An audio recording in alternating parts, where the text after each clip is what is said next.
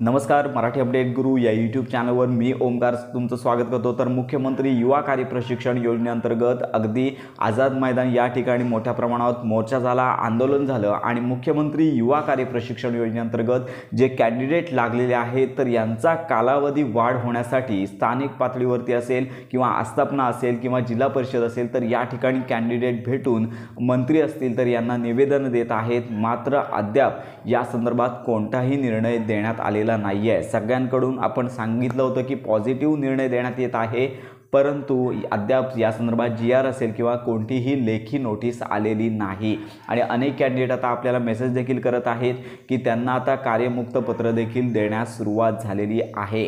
त्यामुळे आता काहींचा कालावधी संपलेला आहे आणि काहींचा कालावधी संपत येत आहे आणि कार्यमुक्त नोटिसा देखील आता ज्या कॅन्डिडेट मुख्यमंत्री युवा कार्य प्रशिक्षण योजनेअंतर्गत लागलेले आहेत त्यांना आता ही पत्रकं दिली जात आहेत। त्यामुळे आता अशा कॅन्डिडेटना प्रश्न निर्माण झालेला आहे की आमचा कालावधी आता संपत आलेला आहे, कालावधी संपलेला आहे, पण मात्र अजून मुख्यमंत्री युवा कार्य प्रशिक्षण योजनेअंतर्गत कालावधी वाढ होण्यासंदर्भात निर्णय कधी होणार याकडे सगळ्यांचं डोळे लागून आहेत। परंतु अद्याप मंत्र्यांनी या संदर्भात कोणतीही घोषणा केली नाही आहे। पर्यंत मुख्यमंत्री युवा कार्य प्रशिक्षण योजनेअंतर्गत कालावधी वाढसाठी कोणताही निर्णय झालेला नाही। प्रयत्न तर मात्र सुरू आहेत।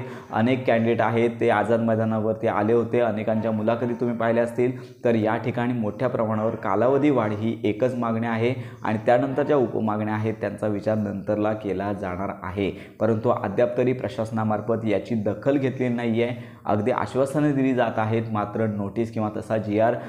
प्रसिद्ध करण्यात आलेला नाही आहे। अपेक्षा धरूया की येत्या काही दिवसांमध्ये या संदर्भात माहिती प्रसिद्ध होईल आणि सर्व अपडेट आपल्या चॅनलवर दिल्या जातील। तर याचबरोबर 5 लाख जी मुख्यमंत्री युवा कार्य प्रशिक्षण योजनेअंतर्गत जी भरती राबवण्यात येणार आहे तर हा पार्ट पूर्णपणे वेगळा असणार आहे आणि जे कॅन्डिडेट यापूर्वीच लागलेले आहेत तर यांचा जो पार्ट आहे, यांचा कालावधी वाढ आहे, तर या दोन गोष्टी वेगवेगळ्या आहेत। तर ही महत्त्वाची बाब सगळ्यांनी लक्षात घ्यायची आहे। नवीन भरती तर होणारच आहे, मंत्री जे लोढा आहेत तर यांनी घोषणा केल्या आहेत। तर आता प्रश्न राहिला की जे लागलेले कॅन्डिडेट आहेत तर यांचा कार्यकाल जो आहे तो वाढवण्यासंदर्भात, त्यांचा कार्यकाल आहे तो वाढवण्यासंदर्भातला अद्याप निर्णय झालेला नाही आहे। अपेक्षित आहे की या संदर्भात लवकरच स्पष्ट चित्र होईल, परंतु अनेक कॅन्डिडेटना जे कार्यमुक्त पत्र प्राप्त झालेले आहे तर अशा कॅन्डिडेटना प्रश्न पडला आहे की पुढे काय होणार। परंतु अद्याप तरी या संदर्भात कोणतीही अपडेट नाही आहे। जर काय अपडेट मिळाली तर सर्व अपडेट आणि खात्रीशीर माहिती आपल्या चॅनलवर दिल्या जातील।